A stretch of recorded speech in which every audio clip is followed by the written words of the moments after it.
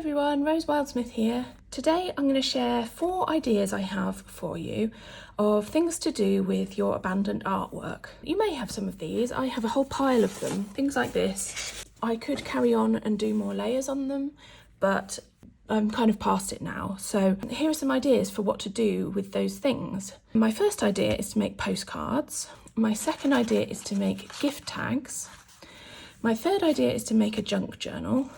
And my fourth idea is to make garlands. So I'm going to go through each one, so skip ahead to whichever one that you're interested in. Let's begin. Okay, so the first idea I have for you is to turn your old artwork into postcards. These were from a larger piece and I cut them all down, and then I have one of these postcard stamps and I have stamped this on the back. But of course, if you don't have the stamp, you could just write postcard with the thing and maybe a little address. So let's see, I've got this. Which one would look good as a piece of postcard? Maybe let's try this one. So this is a piece that is abandoned. I could carry on and put more and more layers over it, but I've abandoned it for a while and I feel like it's okay to use this for something else now. I actually used my postcard stamp as my template and I drew around here. But if you don't have a postcard stamp, you could just find a postcard and draw around it, or you could just find something that's roughly the right size. I didn't fuss too much about selecting the right section. I just kind of cut it up and just saw what would happen as a sort of happy accident. So you just draw around this.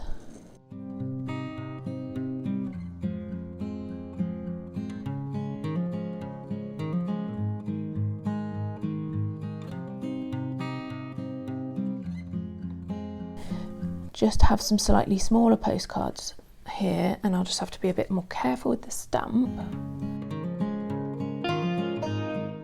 And then if you've got a paper trimmer, this would be an ideal time to use that.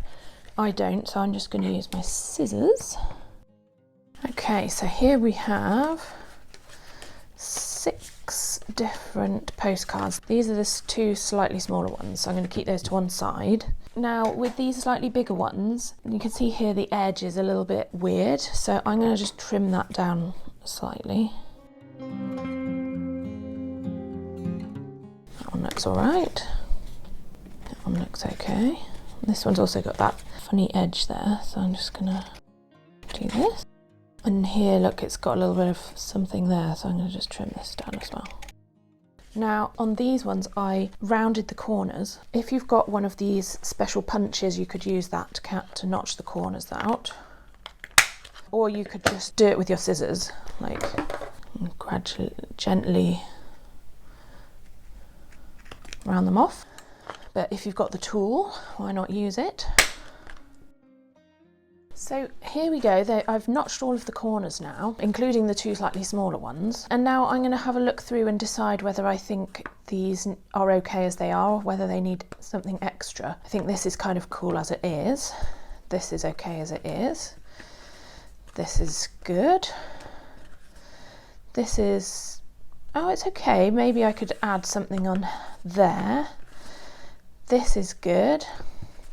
This looks like it needs something there. So I'm just going to think about maybe putting something like a collage piece in the gaps on these 2. But before I do that, I'm going to do the stamping. So I've got this huge ink pad, which is really handy when you've got a big stamp. I'm not a huge expert when it comes to stamping, I have to say. Right, so I'm going to have to decide which way up I want it to go. I think I want it that way up, so I'm going to turn it like this, line it up, try and get it sort of straightish.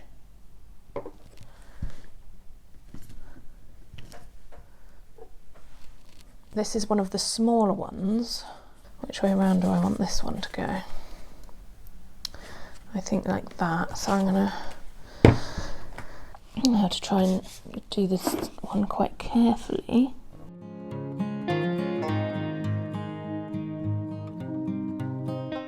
Oh, see, it just fits quite well there. Which way around is this going to go? Yeah, this way.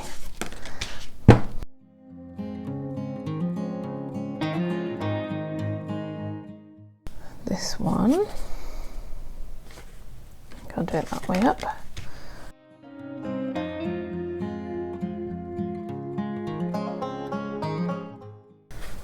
Look this way.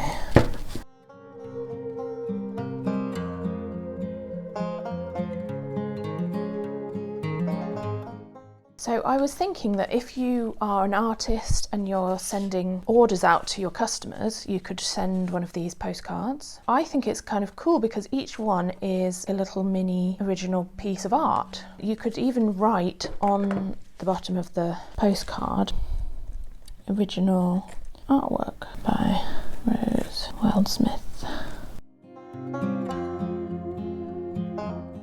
Right, I found a couple of things that I'm going to put on my postcards as the sort of focal points, and I'm just going to use some Mod Podge rather than using something like Pritt Stick. This isn't really strong enough for something like a postcard which might go through the post and get battered about, so I'm going to use something a bit stronger, and I think Mod Podge will be good. So I'm going to use a little brush.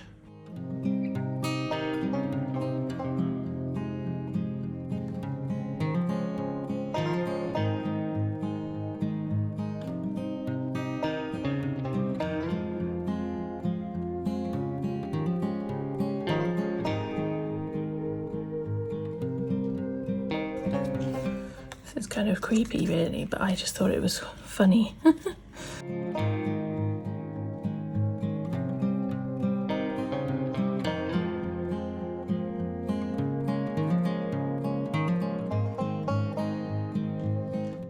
Here we go. Here are some postcards that I've made from my old abandoned artwork, and I'm really looking forward to sending these to people and see what reaction I get.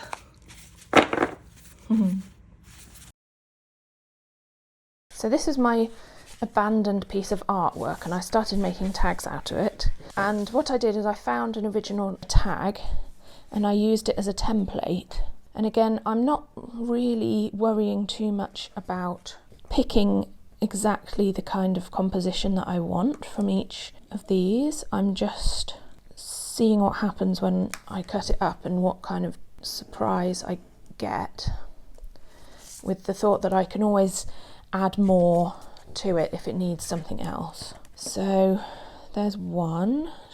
Maybe do one here because I've folded this in half, you see. So I don't want to have a big crease in the middle of my tag.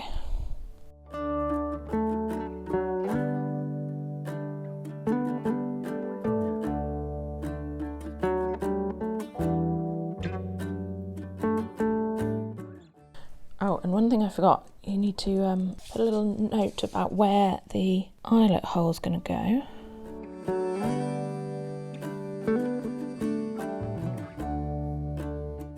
Okay.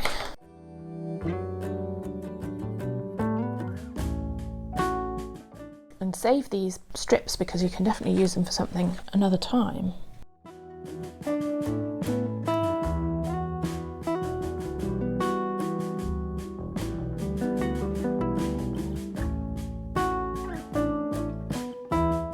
And then you can use this or an ordinary hole punch with the bottom taken off to stamp a hole where the hole goes. And this is how you do it with this. Turn the hole punch upside down. There you go. And there you go. So I think that one is fine. I think that one is fine.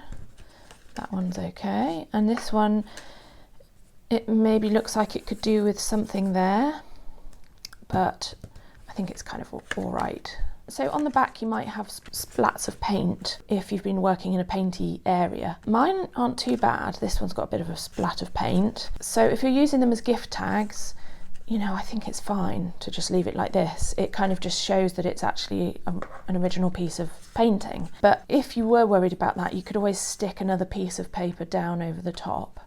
And of course you could go, well, you could go really far with this idea and really decorate each tag. You could sew around it, you could add embellishments on the front. You know, you could make the back really special as well, do a border around it or something. But I think these are okay just as they are for now. But what I'm going to add is I've got some of this gold yarn, and I think this goes nicely because there's gold in here. Let's see, maybe that much. So to make the yarn have a bit more body to it, I folded it in half and then folded it in half again. Stick the folded ends through, open up the loops, and then you put the tails through the loops and pull.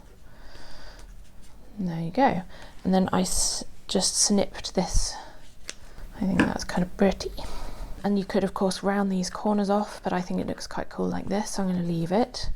And you could also use one of those luggage, I don't know what they're called, hole punch reinforcers that you can get in stationery shops to go around the holes. But this is quite thick, so I don't think they need it. So I'm going to leave it, but I'm going to just put some thread into these three. So there we go. Some pretty tags. I think these would look really nice at Christmas on a gift.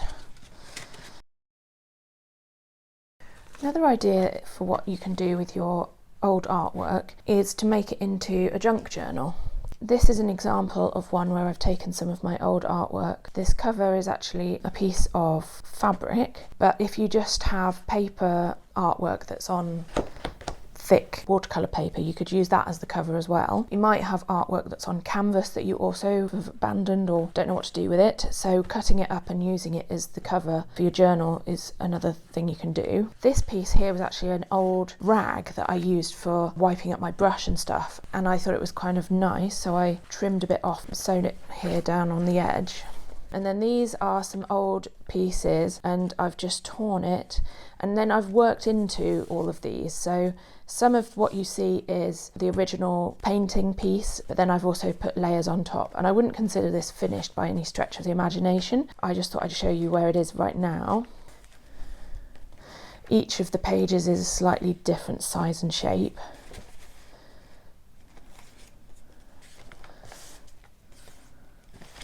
And I've added in other things. This was from a kite, which I thought was kind of interesting. I liked having this dangling here.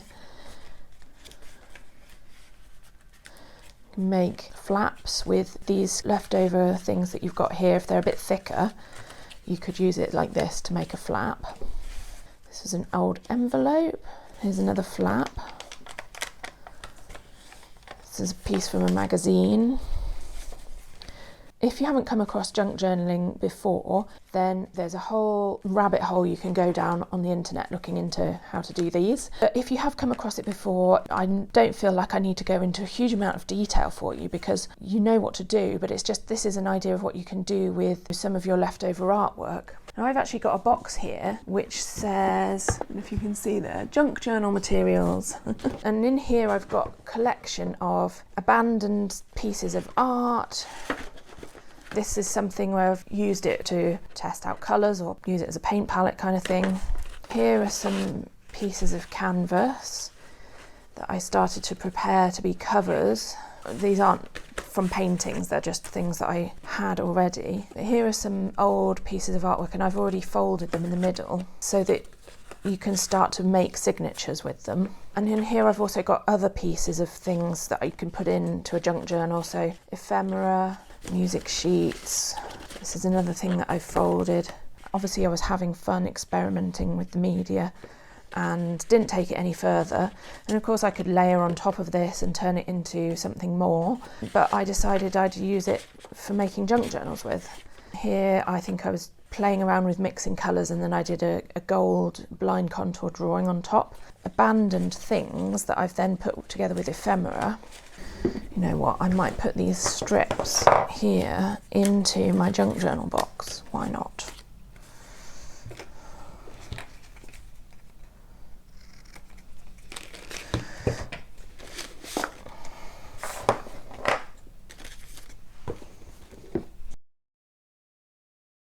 So another idea I have for you is to turn your abandoned and forgotten artwork into a garland. So what I've done here, this isn't finished just yet, but I've cut out circles from an old artwork, and I've actually cut 2 pieces and then stuck them together with glue to make them a bit more sturdy, and also so that there isn't a right side and a wrong side, so if they flip over in the wind or something, they still look good. And then what I'm going to do is sew these together in a line on my sewing machine. So I've got a garland of these little circles, and they all kind of go together because they're all from the same painting. So that's another idea. And to do that, let's make another one. Which one should we choose? I think this one would look good. I've got one of these circle template thingies. If you've got a craft punch that's a shape, like you could do stars, or you might have a circle craft punch that's of a decent size, you need it to be big enough to be able to sew through the middle and for it still to look like a piece on a garland. You don't want it to be so tiny and fiddly that it gets all lost in your sewing machine. But if you don't have one of these, you could find something circular to draw around. It doesn't have to be circles, it can be any shape, but I'm just going to do circles for ease.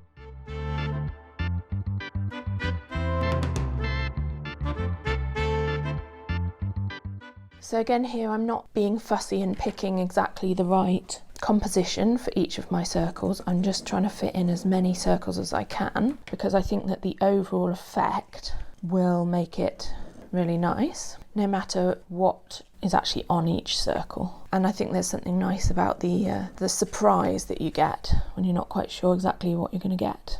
Look, I managed to fit them from side to side, so that's good.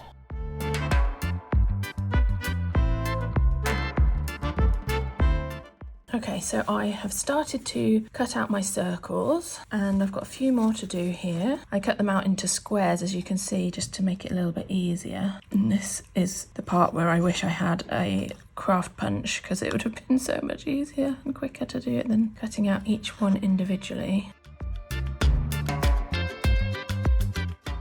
Okay, so now we have all our circles, and I'm going to glue them back to back with some Mod Podge. And then I'm going to put them under some heavy books. I am going to try not to be too controlling about which ones go where. So maybe I'll just shuffle them all up a bit, and then I'm going to be a bit more random about it.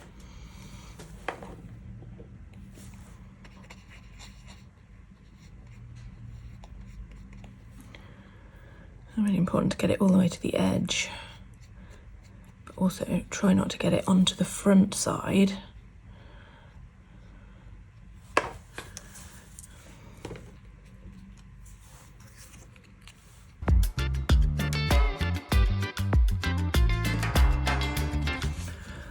just going to kind of squeeze it together. Okay.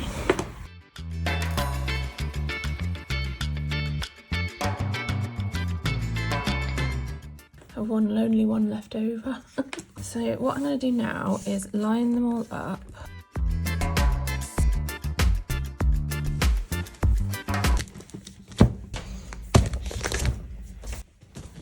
Now I'm going to leave these for a while to make sure that they dry nice and tightly packed together, and it hopefully will help them stay nice and flat as well as they're drying. Alright, so it's the next day. I left them overnight and now they're dry and they're all really nice and flat, which is great. And what I did on the last ones, these are the first lot that I showed you, and I've sewn them together with the sewing machine. When you've stuck them together, the white paper is really obvious all the way around the side. So with these ones, I put a little bit of ink on the edges just to kind of soften the edge. So I'm going to do that with these as well, and I use this Distress ink stamp pad thingy and one of these foam ink tools.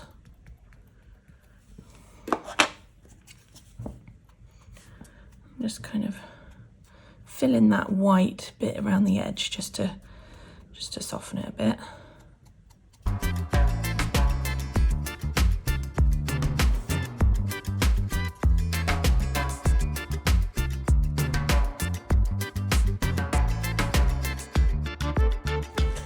With this one, I sewed it together with the sewing machine, and what I did was I left a little tail at the end of the sewing machine and then started to sew through the middle, and then I would keep sewing without anything there until I got to the next one, and I tried to leave about the same amount of gap in between each piece, and I just used ordinary cotton thread for this.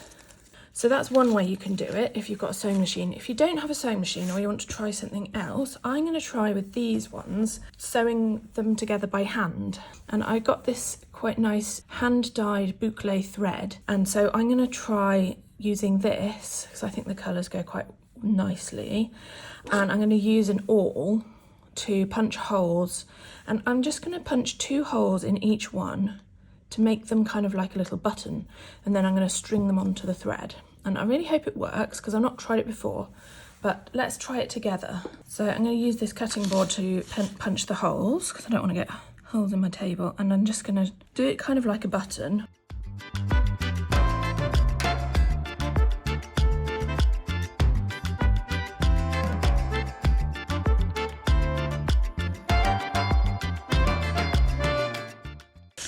Right, so now it's time to put the thread on, and I'm just going to go and get my embroidery needle. Okay, so I've got this wide-eyed needle here, which should help with this yarn because this yarn's quite thick. And I think if you have some yarn like this with a kind of texture to it, it will help to keep these on and stop them from moving about.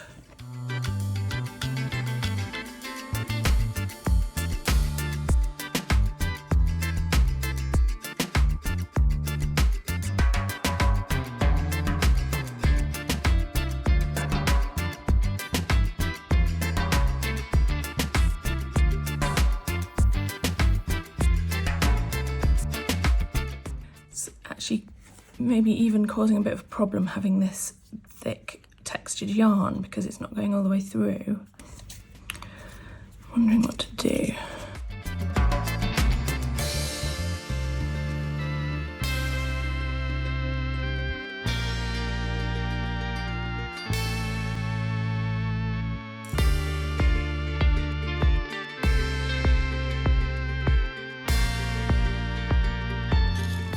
Seems to be okay if you pull it directly through in a straight line, and rather than trying to pull it sideways, because it's if you pull it like this that it gets kind of stuck.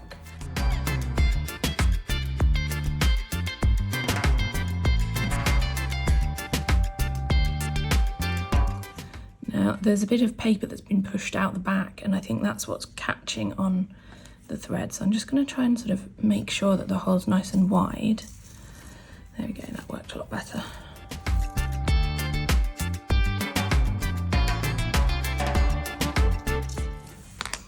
What I'm going to do is I'm going to poke it through with this the other direction.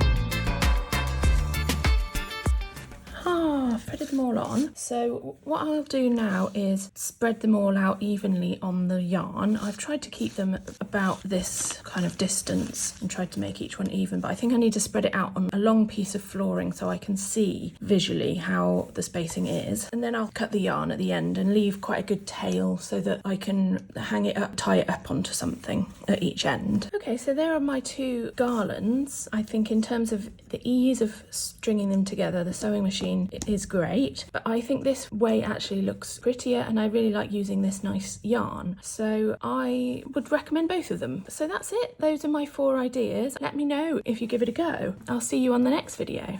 Bye bye.